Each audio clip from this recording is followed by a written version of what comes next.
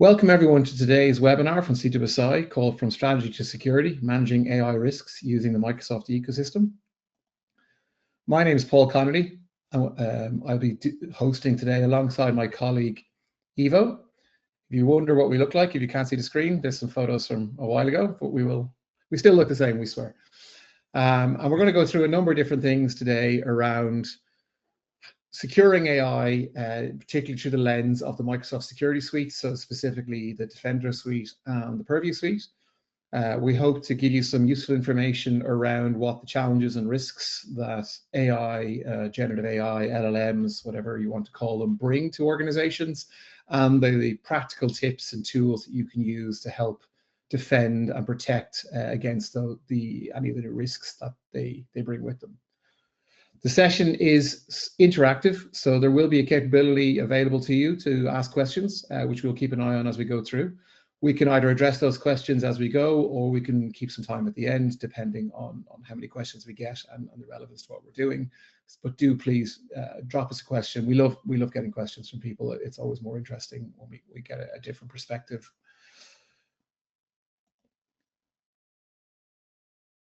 So for those of you who don't know who CWSI are, so we are an Irish-based company founded in 2011, and our purpose is to enable the world to work securely from anywhere. What does that mean? It means any application, any device, any network, no compromises. So the modern way of working, location is kind of fluid. I'm currently working from home. Tomorrow I could be in the office. The day after I could be in a different country, and that's very, very common for all of us. You could be working while traveling. So we need to be able to work securely regardless of where we are, and that's what we're all about. Why do we exist as an organization? And why are we here today talking to you? Well, look, cyber breaches are becoming more frequent. It used to be that cyber risk was back page of the newspaper, if it even made the newspaper or the news headlines at all. It's now very much front page. It's in news bulletins, it's in headlines, because the frequency is increasing and the size and impacts are increasing. So the business impact is increasing, the costs increasing, and the downstream impact to customers, to citizens, to all of us is increasing as well. Most of us will have been the victim indirectly of some kind of data security breach or threat. Because of this, we're seeing regulation expanding and becoming more stringent. So, governments and national and international bodies are recognizing that organizations, maybe aren't doing as much as they could be to protect our data, or maybe they're not being given enough resources to do so. So they're bringing in regulation to help rise up the baseline of what security is across the national, international stage. But that does, of course, bring more requirements around all businesses to be able to do that. AI is the buzzword. It's almost impossible not to hear the word AI during your day now, regardless of what you do. It's everywhere, and it is in creating. I'll challenge new business risks. I'll talk about that a little bit more later, but it is definitely exposing and highlighting existing risks in businesses around their data security and their access controls. We're also seeing a massive increase in the number of security tools we all need to manage, which makes it complex and difficult. And the more things you have to keep your eye on, the more chance that you miss something. So it's a complex world, and you need help. And skilled resources are hard to find. It's hard for every organization to have their own on-tap in-house security and compliance resources who are experts in their field in a very challenging, fast-moving space in very complex environments, with no two environments being the same. That's very hard to do. So organizations like ourselves are around to help people with that.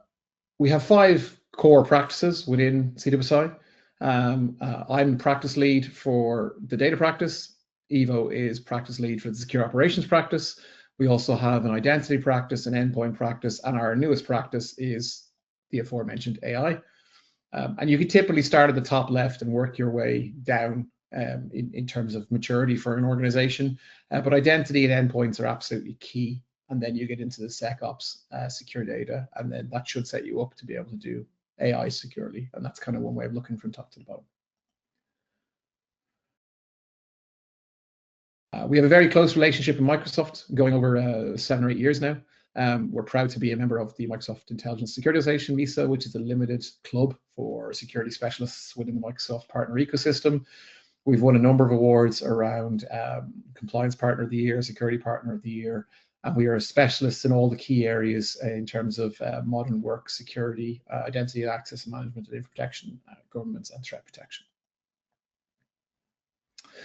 Right, so that's all that out of the way. So let's get into the interesting stuff. State of play. So obligatory stat slide. We have 93% of enterprises worldwide using AI for at least one business function, right?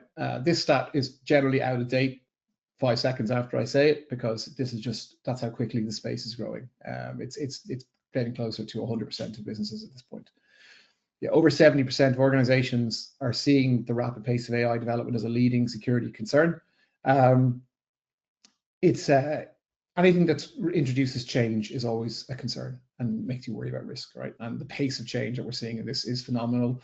I think I heard a phrase that it is the fastest growing technology since the last fastest growing technology, which was smartphone technology, and before that, the internet. And it's exponentially faster than either of those. Over 60% of companies fail to assess security in place of AI tools. We're seeing this a lot. It's a new thing. A lot of organizations don't understand it, don't know what they have to do about it, don't know what new risks and challenges it brings, and they're looking for advice and support on that. Over 90% of security leaders admit they compromise on security. So this is the usual compromise every business has, right? Every business is under extreme challenges to be productive, to be successful, to drive the bottom line, to improve productivity, to do whatever it is they do, whether it's a for-profit business or a not-for-profit business. But that means that sometimes there's a friction between doing security and doing what needs to be done to keep the business or the organization moving. And that balancing act is getting harder. A lot of employees have admitted to using what we would call shadow AI, I guess, or proprietary AI, and putting company data into it. And again, that's usually because they're under pressure and the business maybe hasn't got an AI strategy, isn't moving things forward quickly enough, and they're not aware of the risks. So they go out and they use off-the-shelf solutions without thinking through what that might mean from a data risk point of view. And only 2% of companies are considered highly AI ready. So obviously this is very new. So there's very little absolute market leading Sherpa type organizations out there who have solved this problem. Obviously that number will improve significantly over the next 12 to 18 months. But at the moment, we are very much on the cutting edge of AI rollout and what it means to organizations.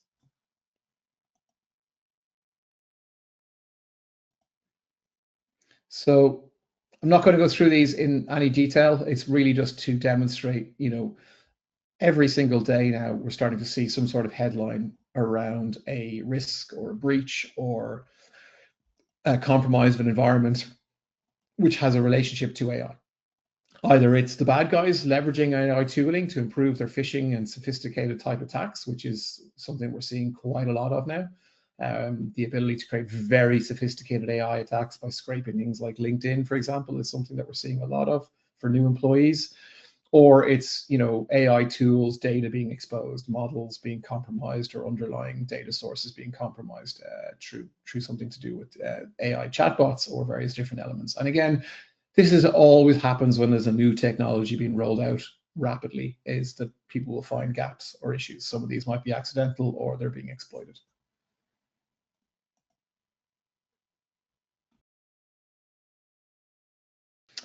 So the main concerns. 40% of organizations, over 40% of organizations, lack of controls to detect and mitigate risk in AI is a top concern. And that's a lot of what we're going to talk about today. How do you get visibility into what's going on in your environment around these tools, what's happening with them, and what risks are therefore being exposed in my environment that I need to do something about? Once you get visibility, what can you do about it, right? So you can't manage what you can't measure. So you need to measure what's going on in your environment, but then you need to manage it. So what controls are available? What levers do you have to pull to protect your environment against any of the risks that are being highlighted as part of AI? And over a third of leaders are worried about that. And then there's the increased regulatory pressure, right? So obviously, The European Commission, as an example, have got the AI Act coming in very soon. We've seen AI legislation in the UK. We've seen AI legislation going in all, various Asia Pac and US-based state legislature, not quite at national yet. But there is a large amount of regulation coming in place to try and get control of AI. Obviously, regulation lags technology, so it's already here. It's already something you need to deal with, but you need to also be cognizant that the regulation will be coming in afterwards and putting minimum baseline standards, and you'll need to be ready for those. So the best place to be is to get ahead of those and start putting in those controls now, and hopefully when the regulation comes in, you'll already be in a good place. So what are the key risks we talk about when using generative AI? One of the things I always like to say is it doesn't bring in necessarily any new risks. These are risks that have always been there. Data security risks, access control risks, operational risks around your environment. What generative AI will bring in is a very high-powered spotlight that will expose those risks in your environment. A lot of people might have data exposures in their environment, but they have security by obscurity because humans are just, don't have the capacity to go trawl through loads of folders and things that they have access to go find data. Most of us don't have the time to be doing such a thing. AIs don't have that problem. You ask an AI to do something, it will go do it, and it will go do it at lightning speed. And so if you have access to data that you shouldn't, it's going to pull back that data. So immediately you start getting some of these risks, maybe that you didn't know you had, being exposed. So key risks in general, though, when we talk about AI, privacy concerns, so data exposure, so data going into training models. What does that mean to us as organizations? Your company data gets exposed by AI to a third party via prompts. A really common risk we're seeing is people just using AI translation services, and they're uploading contracts or customer documents to these tools to translate them. You have no idea where that data is going. It could be it more than likely is being used in that AI's training model, which means it could then be exposed by a prompt down the road, some of your data in the LLM model, right? And also it can probably be breaching rules around data sovereignty, for example, in the EU. Copyright is a huge one. So, we see this a lot with image generation, with how LLMs are surfacing web content. There's a number of legal challenges going on about this around the world at the moment. So AIs do not know what they should and shouldn't be looking at inherently. So if you ask it to do something, it's going to go pull it in, regardless of copyright or sensitivity of the source data. So, if you have weak data access controls, it could lead to internal IP or client data being returned in query responses. And we're going to talk about that in quite a bit of detail later on. And that's one of the key risks. Also, what's called hallucinations. There's lots of different types of generative AI out there, but a lot of them are LLM-based kind of, prediction models. They're based around training, but essentially what they do at their core is they try to predict what the next words are that you're looking for when you ask it a question. They are extraordinarily good at that. It can often seem that you're good enough to pass a Turing test almost, but that is essentially what it's doing. But that can also lead to, depending on how the algorithm is programmed, to generating false content, so telling you things that you want to hear or making up things. And we've seen a number of issues with, for example, fake AI generated case law. So an AI that was being used for helping a law firm, as is in New York, it just generated case law that didn't exist. We've seen this in medical citations where it cites medical studies that never happened, or even doing research, it brings in things. These are obviously decreasing as the technology improves, but it does introduce risk in your environment if you're relying on these to make business decisions. And then finally, prompt engineering. So there's a whole new job title called prompt engineer. You can go off and do courses in it. It's very, very new, so people can be better at how they work with AIs. But also that means that this can be leveraged by the bad guys. And again, we would see historically somebody compromises your environment is something that Evo is probably in a better place to talk about than me. It could take them several weeks or months to landscape your environment and find all the interesting data that account that they have access to has access to before they launch maybe a ransomware attack or something. Now with the aid of AI, they could probably do that in a matter of minutes. using prompts that they can then reuse in different environments. And then the other element of prompt engineering is attempting to use prompts to break out of guardrails or break out of controls. So you can maybe get system access or get the AI to expose information. The ignore all previous instructions prompt has given some interesting results in different AIs over the last 6 to 12 months. I don't know if there's anything you want to add there, Ivo, around that piece. Oh, I think that pretty much sums it up. And I mean, the security of it is quite risky because, again, once an attacker gets into your environment, it used to take scripts, it used to take a lot of exploration, data mapping. At this point, AI can do it for you. AI can give you a sort of a mind map of all the documents you have access to, most common sensitive documents, and we all have the same document headings or content. So this prompt engineering piece is quite important as well, because they don't do it on the fly. They come in prepared. They come in with pre-designed prompts. And like you said, AI is lightning speed generation, but just return those results pretty instant. So the time to respond is becoming very short to try and counter that. Yeah, and also I think historically landscaping tools would have required them to run like software or scripts or agents or something like that. That was Absolutely easy for your team and the tools that you guys run to detect, but that's not the case if they're just writing a prompt into an approved AI solution, right? Correct. And again, we'll talk about a little bit down the line, but it's important to understand what AI is. You know, it's great to say this magical word AI and think it does everything, but it is an application that has certain set of permissions. And if you think about what it can do everything you can do as a user. So it has permissions to access every file you have access to, every action you take, it can do as well, potentially, right? So it's really important to understand that the identity piece is the AI is impersonating you as a user. So anything you can do manually and with a lot of time and consumption, AI can do it very fast. Yeah, that's an excellent point, and we will be jumping into that very, very shortly. So just to kind of wrap up this section, there's some kind of key questions that we would always recommend you to ask to kind of get your head into the space of risk assessing your AI, or your AI kind of maturity. So the first question generally is, what controls are in place at the moment to stop any of whatever Gen AI tools you're using from exposing your corporate data to third parties? Do you have controls in place that can detect, how AIs interact with third parties? For example, if you have a AI-powered chatbot that's referencing internal corporate data, how do you ensure that that's only giving out responses that are appropriate and isn't exposing anything that shouldn't be? Or if you have third parties maybe integrated in your environment as guest accounts, how do you ensure that they don't get visibility of things that they shouldn't through use of AI tooling? Do you have mature and robust data security and access controls? So again, it's building on the previous one. So the previous one we were talking about third parties, but also you have a lot of need to know in your own environment, right? You don't want to have necessarily anybody able to ask an AI to go off and give them salary information or personal employee information about every single employee in the organization, right? I know in some countries that's actually not private information, but for most of us that would cause some interesting conversations.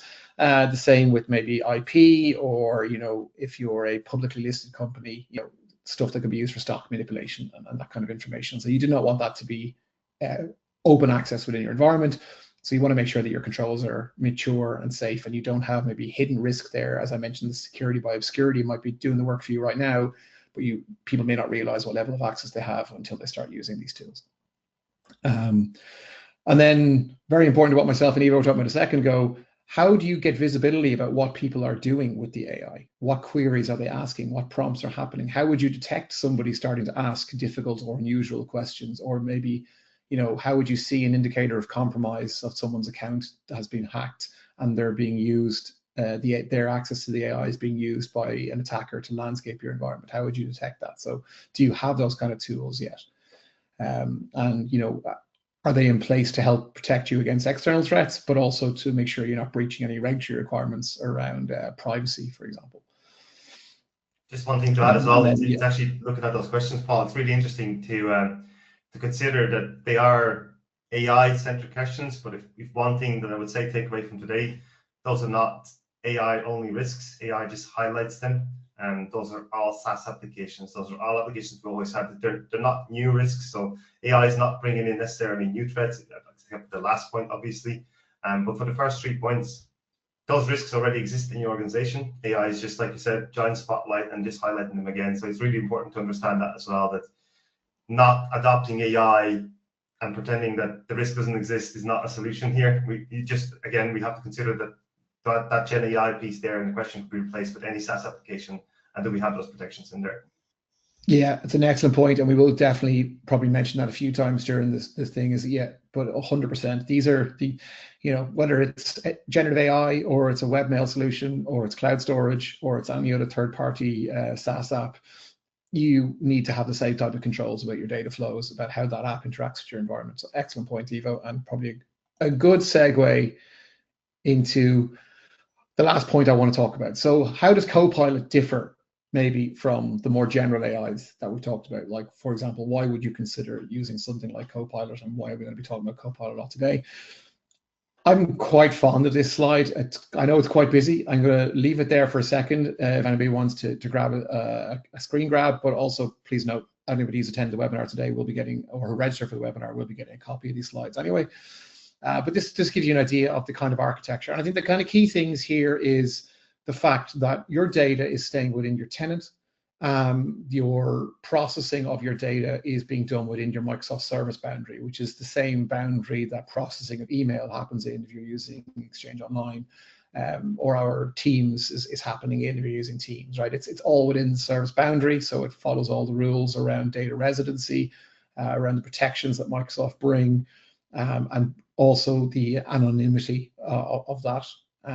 And then there's the fact that all of your own data stays within your tenant. So there will be some processing will happen within the service boundary, but your own data doesn't leave your tenant, and that means you also get visibility on it. So in various sections of those flows there, we will be able to intersperse monitoring tools, and whether that's Defender for Cloud Apps, which Eva's going to talk about, or whether that's Purview, we have the ability, because it's a fully enclosed Microsoft architecture, and that's probably the benefit that using like Copilot has over maybe using third-party tools, is that deep integration with your security suite that already exists in your E3 or E5 licensing. Okay.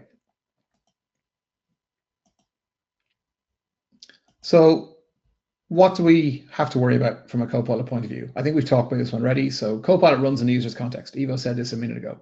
It runs as you. So whatever you can access, it can access. Even if you don't know, you can access it, right? It will not reach out to the web by default, which is useful, but that can be enabled. And most organizations at some point will want to enable that for doing research and doing things.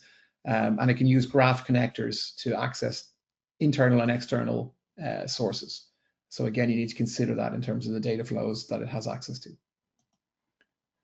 It does not, out of the box, understand what sensitivity or copyright or confidentiality of data is, right? It's just data to it. You need to give it a reference point to know what that is, which is what we'll talk about later. You need to use something like sensitivity labels and implement maybe DLP rules on the back of that. And then it also has, it introduces some new indexing around SharePoint. So there is some controls you can put in there around what it can see in SharePoint, which can be quite useful if you want to block off parts of your SharePoint from being visible to Copilot. All right, I'm going to hand over to Ivo now to talk a bit around how the Defender suite, Defender for Cloud Apps, and all the different elements kind of help protect your data on the kind of cloud app side. Brilliant.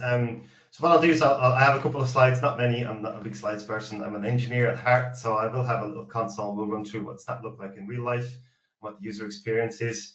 But the very first thing I want to talk about is to understand what does the threat map looks like for AI, and what do we mean when we say AI actually, and what's covered in it.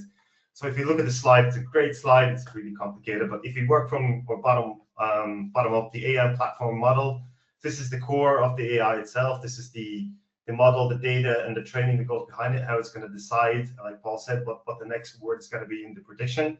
And your predictions are as good as your model itself. So obviously, when we think about those models and the foundation of AI, there's risks involved in them as well. And one of the first risks you'll see is the training data poisoning.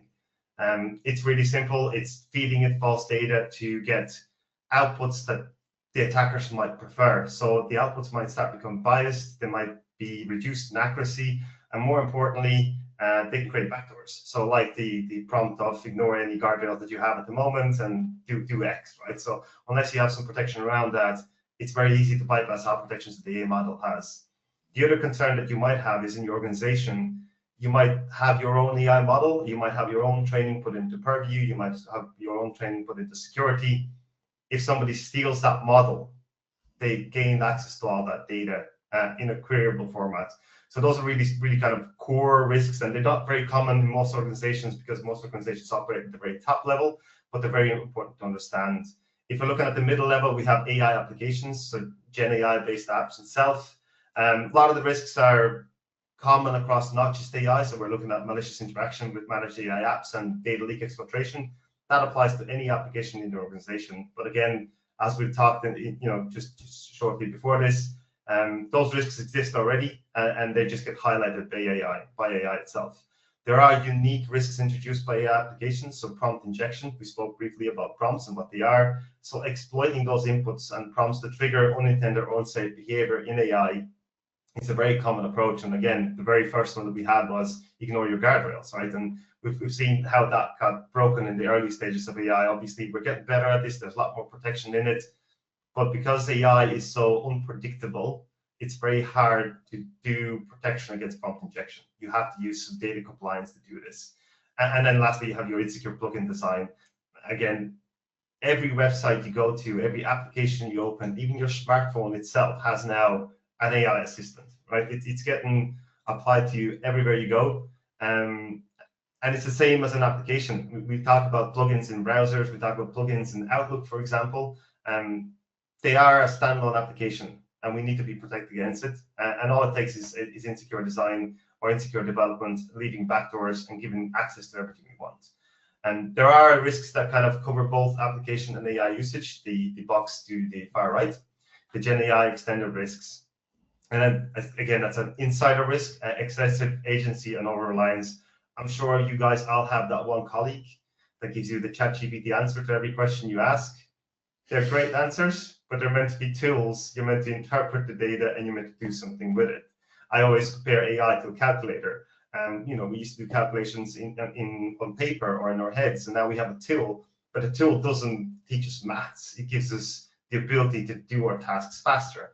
And that's how AI should be utilized. But there is always a risk of people starting to rely on AI, believing the hallucinations, as Paul said. Unless you have the skill set or the ability to validate the data, AI comes back to you. I wouldn't necessarily be relying on it. That might become a problem to you. It's like the article mentioned, creating a new case law. And if you're a junior lawyer, you might not know or might not spot the difference. And next thing you know, you're in public eye and looking a little bit silly. And the last bit is the AI usage itself, and that is the most common one we see every day. This is your AI chatbot. This is your any interaction the user might have. And the primary risk we have is sensitive information disclosure. It's end users uploading company data to get it translated, to get it formatted. And we talk about Canva. We talk about any AI out there that can do some fancy stuff for us. It's great. It's fantastic. It's very addictive. Briefly before this webinar, myself and Paul were planning to spin up some images for this slide deck, but we went against it because you get sucked into it. But again, we need to train the users. And again, I always say Copilot is the devil you know. It's because you can control it, you can see it, it sits in your Microsoft tenancy, you can apply some data protection against it, and we have some security tools that can help us here as well. I'll talk about them shortly. But it's really important to understand what the risk is. And the same goes for shadow AI and for harmful third-party LLM-based apps and plugins. They can provide false data or exfiltrate existing data. Paul, was there anything else you want to add on this slide? I know you're quite keen on this one. No, I like the way this has been laid out, and I think, look, most of my time is spent on talking at that upper level. I think the harmful third-party one is definitely an issue. Like the amount of organizations we've gone into recently and seen that their staff are using, for example, DeepSeek, which made a lot of eyebrows raise in the IT and data privacy and security teams. Obviously, being as a Chinese-based tool, people are getting kind of worried about that. And it's rife. Like every customer we go into now, it's kind of like people, if you don't know what you don't know. If you think there's no AI being used in your environment, you're very naive. It may not be directly on your corporate computer, but it's on their smartphone, which is sitting right beside them, or the tablet right beside them. Increasingly now we're seeing people using voice activated AI, so they're just chatting to it, which is again another layer that you need to consider. If there's a phone listening while someone's in the room talking to your customers and stuff like that, what's going on? Is there a level of processing potentially being done there? So there's a lot of interesting conversations that still need to be worked out around this whole compliance and data security risk piece. But I think this slide really, this diagram gives good visibility into the different layers of the threat and the risk. And the one thing I want to highlight as well on this slide, in the very top right corner, you see the OWA SPA standard. They have started to incorporate this. You have top 10 for LLM and ML.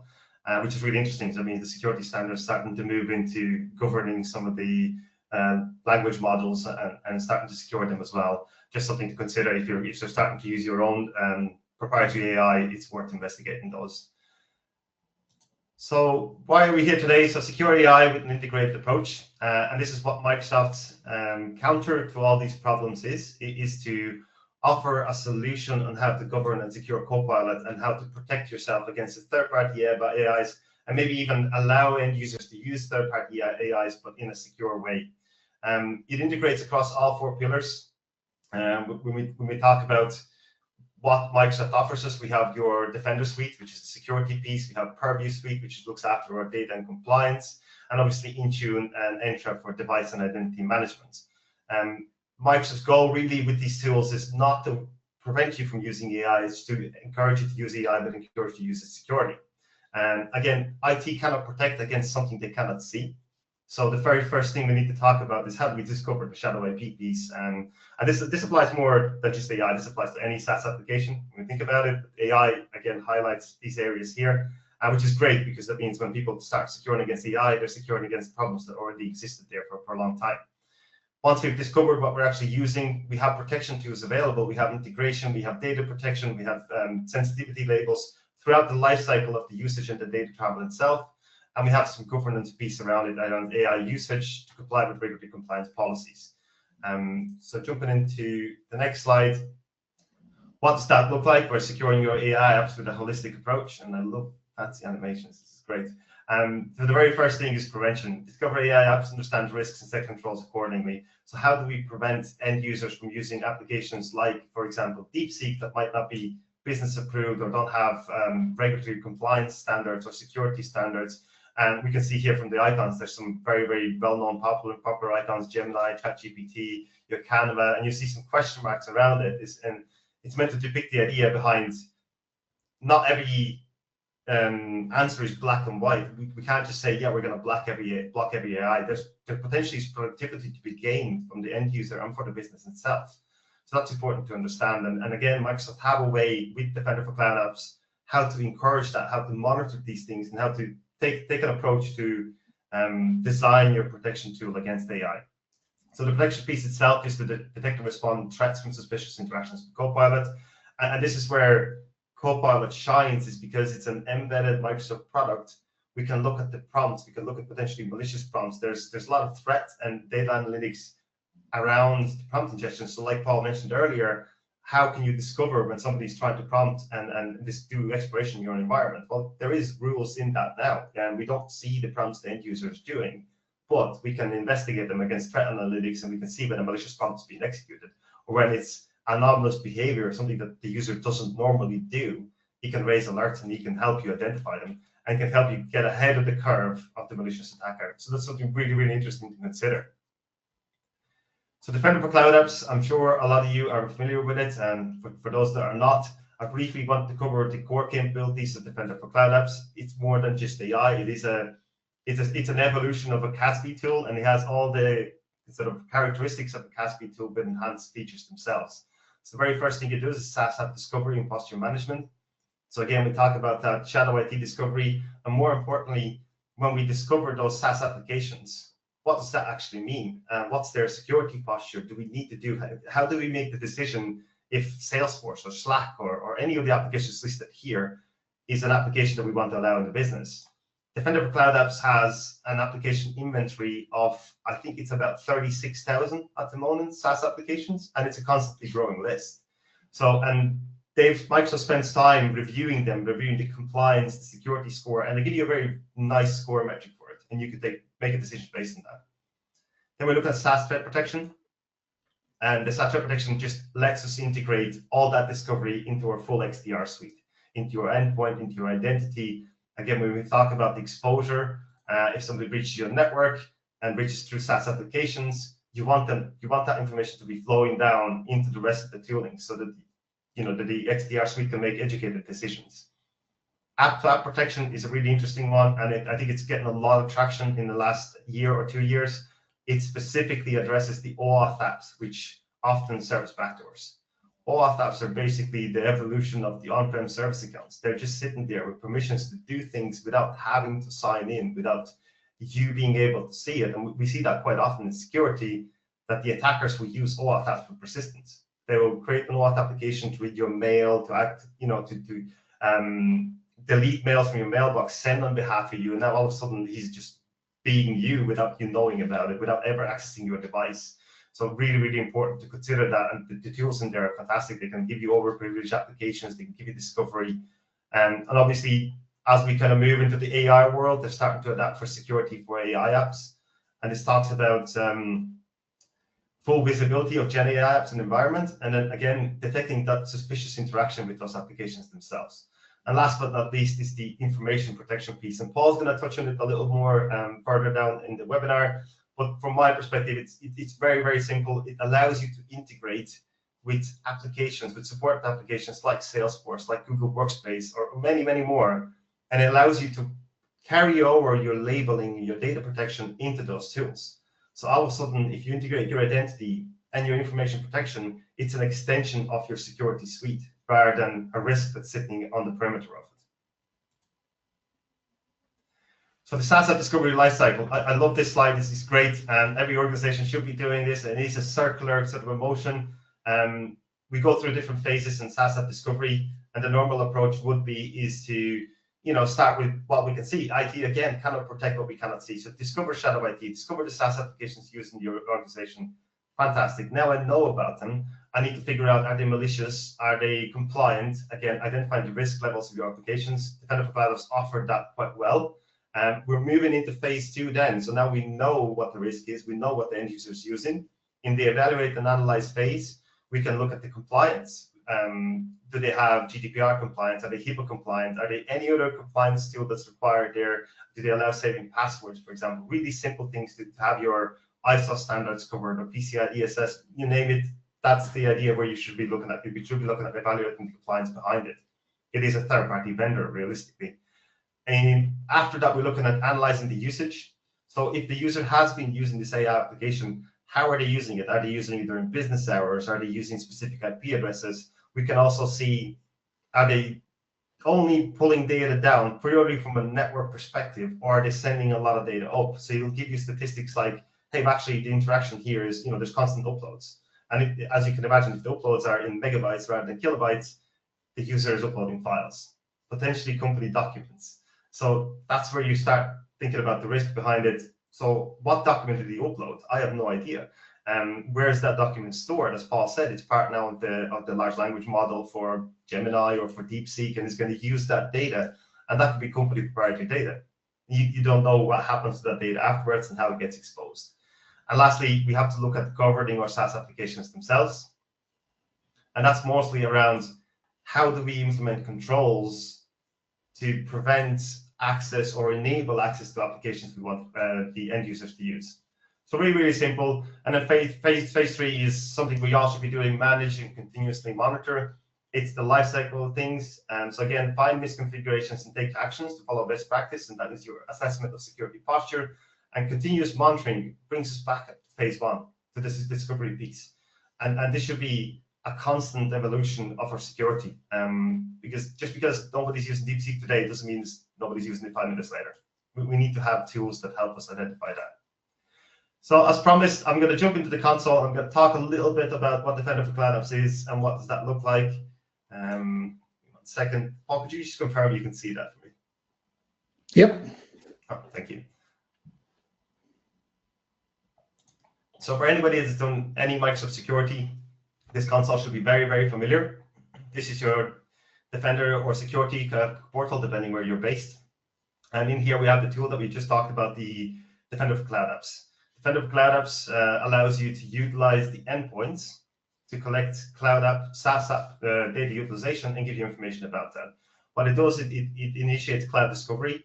And this covers the very first issue that we saw when we talked about the challenges, is the visibility of what we currently do. What users are currently using applications, how much data are we sending up to those applications, and how well those applications are being managed. So if I look at my dashboard here, I can very briefly see, and I do apologize, this is a test environment. You will not normally see 18 cloud applications. You will see hundreds and hundreds of cloud applications in your environment. But you'll see your top entities, the users that are utilizing. You will see the risk levels based on Microsoft Discovery, what type of applications you currently have. So there's a risky application, there's a high-risk application. You'll see your sanctioned, unsanctioned, etc. It's really nice. It gives you a really nice snapshot of where you are.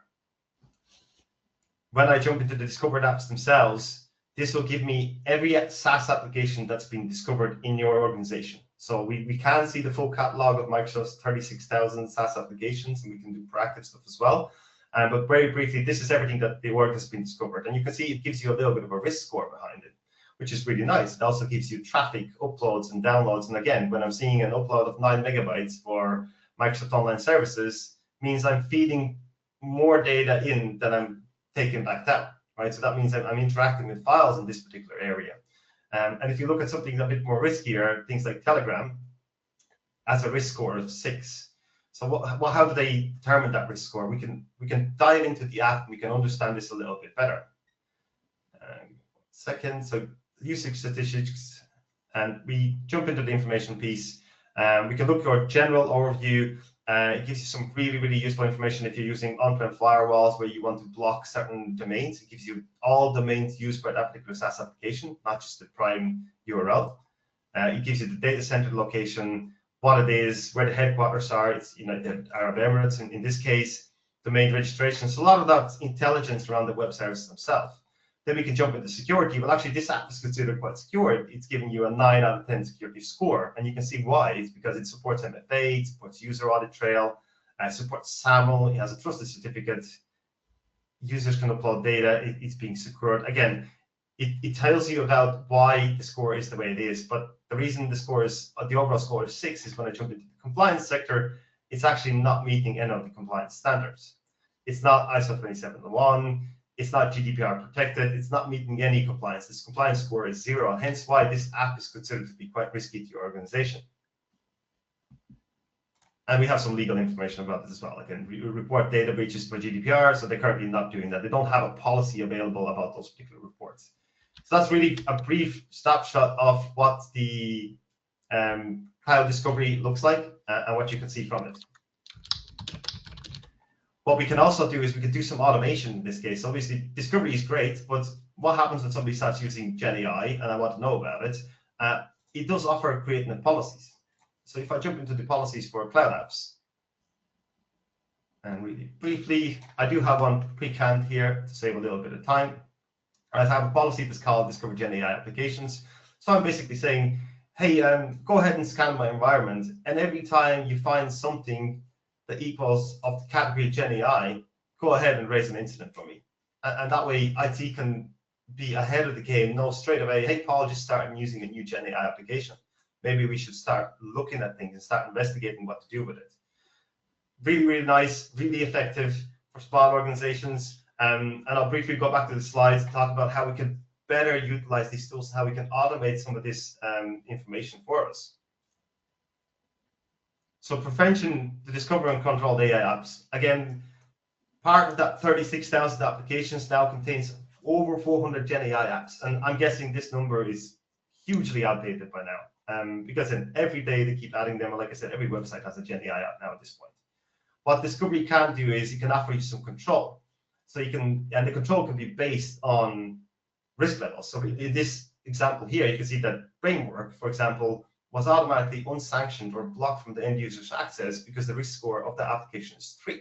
You could obviously go and investigate, and if somebody puts a business case and undo that particular activity.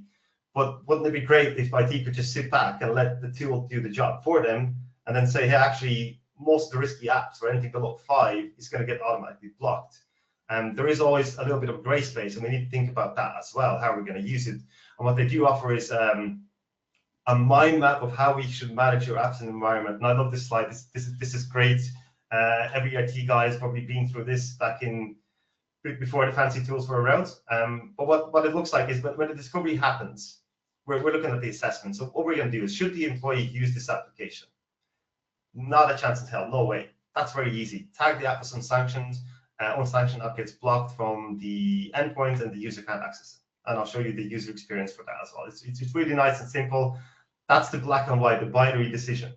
Of course, yeah, we wanted to use it. It's Copilot. We want to adapt it. Yeah, again, it's a very binary decision. Tag is sanctioned.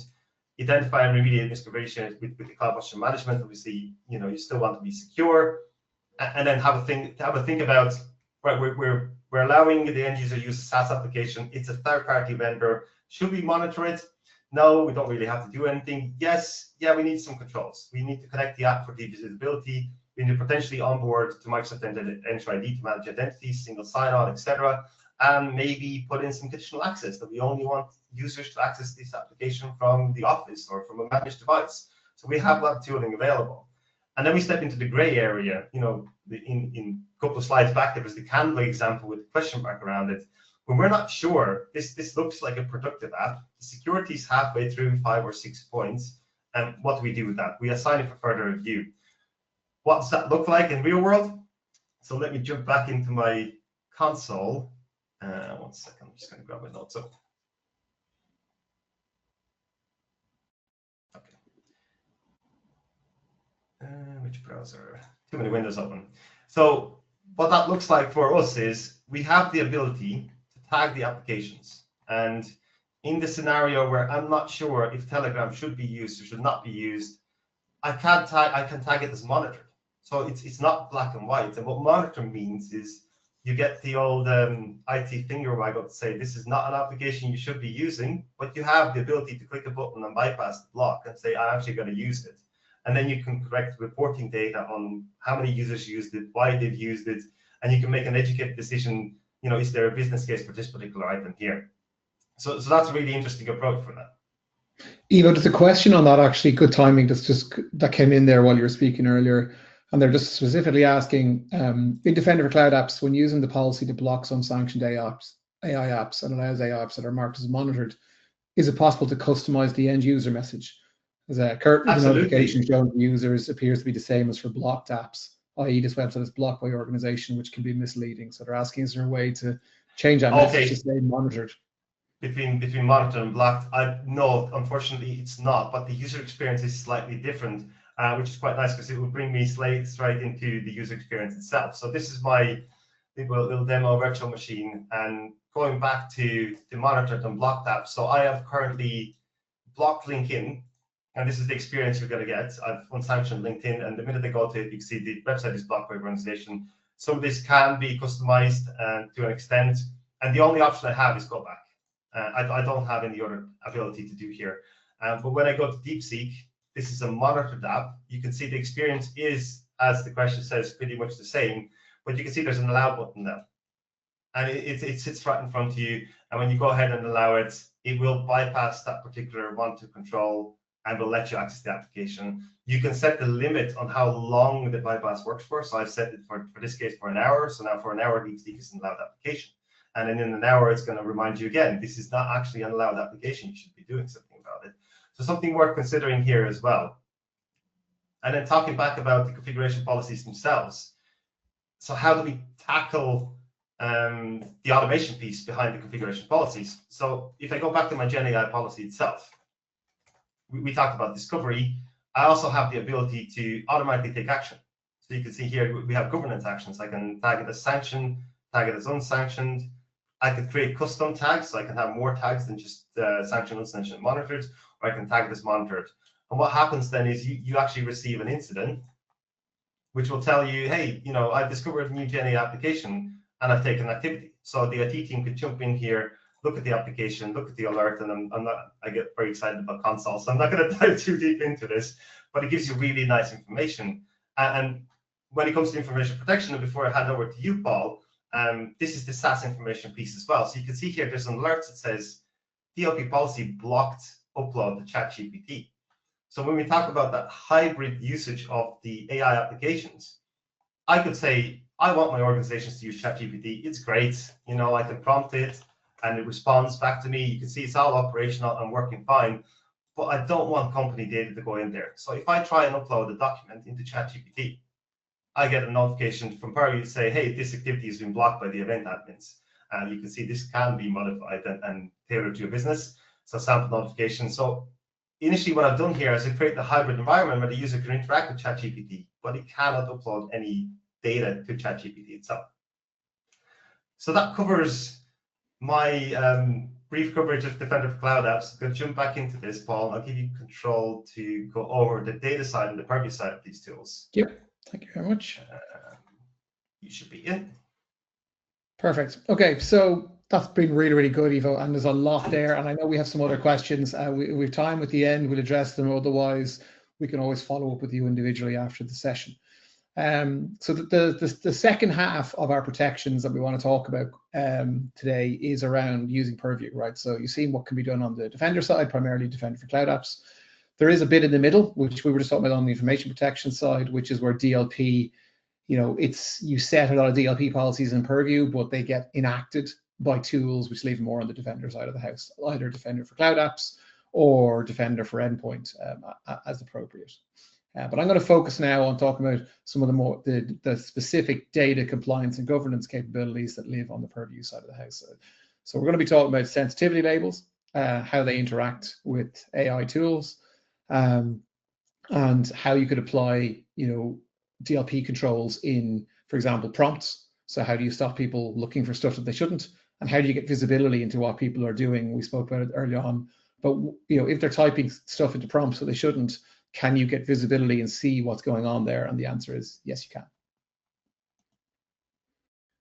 So first of all, you know, there's a couple of different steps to doing this. You need to understand what's going on, right? So, you know, your AI, your apps need to be connected. You know, again, that's a lot of the stuff that Ivo was just talking about. That's how we get visibility, either to Defender for Cloud Apps, typically to sanction those apps, and then get visibility into the traffic and what's happening with them, what data is going up and down to them. Usually up is what we're most concerned about. And also more and more of these third-party tools are giving better integration into the Microsoft stack and give us more visibility into what's going on and more levels of controls. I think we've seen that with, you know, traditional tooling like ServiceNow and others, where you get a much richer level of data and information going into our monitoring controls, and also into areas like Sentinel, where we can pull in a lot of log data from those systems, which can be quite useful as well. The key to protecting your data is classification. So as I mentioned earlier, these tools don't know what should be classified or what should be sensitive, right? That's not what they know. So you have to tell them what should be classified and what should be sensitive. And as Ivo mentioned, this is not unique to AI. This is the same thing. If you want to stop sensitive information being uploaded to a third-party webmail solution like Gmail, or you want to stop people uploading confidential information to G Drive or some other like Dropbox or whatever, you know, you need to classify your data, right? And you need to put in DLP rules. So that's what a little bit we're going to talk about. And then you have a whole monitoring suite around the audit log, the insider risk, and there's a whole, if we have time, section in the console called DSPM for AI, which is new in Purview, which is specifically designed to give you insights into what's going on. It's taking some information that Eva would have showed you in Cloud Apps, and then kind of enriching that with information and signals from the audit log and from signals from Defender for Endpoint, from the agents, the passive agents on Defender for Endpoint, and giving you visibility into what's happening in your environment around AI, whether that's Copilot or whether that's the third-party AIs. So what's the timeline look like? So how do we do this? So a user uploads a sensitive file to a Cloud App. So this could be what Ivo just showed you, trying to upload a file to ChatGPT or DeepSeek, or it could be someone uploading a file to webmail. Doesn't matter. They're trying to upload something to do some task in an AI solution or other. If it's not already there, we can actually apply labels on the fly. And that's something that actually Defender for Cloud Apps can do based on rules. So it could actually apply based on scanning the data. So for example, you had a file that contained some sensitive information. If that sensitive information is detected in flight, it can actually be labeled if it isn't already labeled. Obviously, the desire is that stuff is labeled before we upload it, but it's also quite interesting that we can upload it in flight, which I think is quite cool. They try to share that file, they will not be able to do so, right? Whether blocking them uploading to a third-party solution, or if they're trying to just share that file via SharePoint or via OneDrive link or via email to somebody else. Once that protection has been put in place, the person at the other end, if they're not authorized to look at that information, will not be able to see it. Essentially what's happening there is we're using encryption tools on the file. When the end user attempts to open the file, it checks to see who they are. If they can't authenticate to get the key to unlock the encryption, which is coming from your tenant, then they will not be able to open the data. Very, very simple. And in the background, what we all want to get is alerts. So Evo showed you the Defender console. These alerts will go into that console. They'll go into your Purview console. And increasingly, people might want to bring those together into the new unified consoles in the security portal or in Sentinel, or maybe you have a third-party SIEM solution you might want to bring these into. All of these are options that you can do. So what does this look like from an end user point of view? So I've got a little video here just to demonstrate what's going on. I'll talk you through it because I'm not as brave as Evo to do live demos online. So I recorded mine just in case. So what we see here is a Copilot chat window, right? This is now your default. If you go to portloadoffice.com, this is where you're landing these days, right? So we have a number of files that we've pre-prepared. So some of them have DLP protection with labels and some of them do not. So we're going to attempt to get one of these files summarized, so processed by Copilot. So this one has protection. So if you can't read what we're typing there, we're just saying the document is protected by a label. Can you please summarize the document?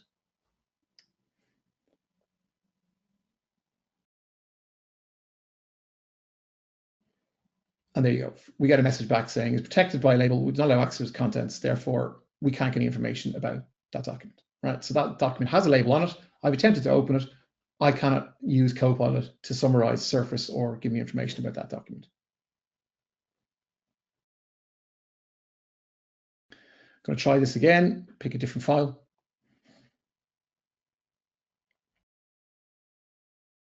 This time we're using DLP. So this document doesn't have a label, but it has content that we have put a DLP rule in for. So for example, this could be PCI content. So this document might contain credit card numbers, or it might contain sensitive personal information about customers or employees, right?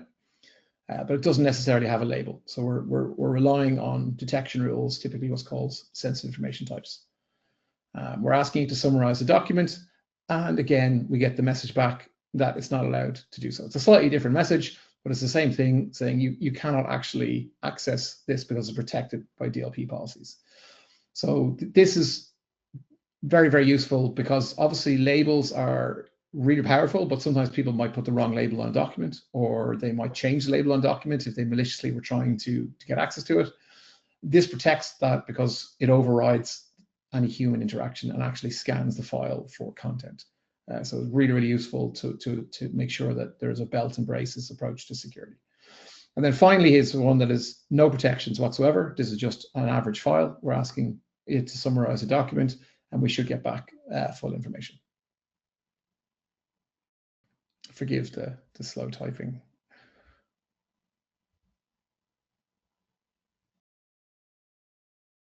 I should run this at 1.5 speed. As you can see here, it'll give us a summary of the document. And then, there's another prompt we're going to do in a second where we actually ask it to read out the content of the document. But you get the idea, right? So 3 things going on here: a document with no label or DLP rule. Copilot can surface it, summarize it, take all the data out, put that data into another document. If it has a label with protections on it, then the Copilot will not be able to access that document, will not be able to take any data out of it or summarize it.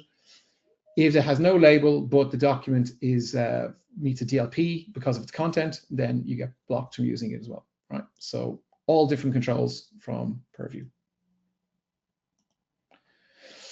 Another one I wanted to show you. So how do I see what's going on inside prompts? You use a tool called Communication Compliance. This is available in the Purview E5 suite. This allows me to create protected phrases or words that I want to detect in, typically it would have been in Teams chat, but it can also be used for prompts. So you can see here that Adele is asking for a summary of Project Dragon, right? What could be the KFC recipe, it could be whatever.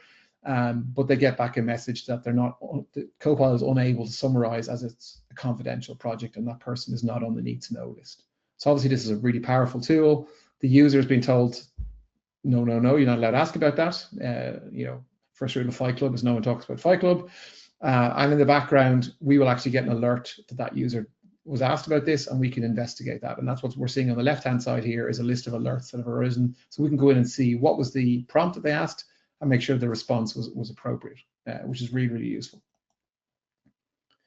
The other place that's really, really useful to see what's going on in your environment is the unified audit log, the Purview audit log. So here you have actually got a whole category of interacting with Copilot. So you can look up for information about any activities in your environment. Any of you have used this, it's an incredibly powerful tool for doing investigations. So you can find out what interacted with Copilot, what was going on. I'm just conscious of time, so I'm not going to labor it. There's a whole bunch of other things here that Purview does, but we kind of talked about them in the intro, and you can look at them in a bit more detail.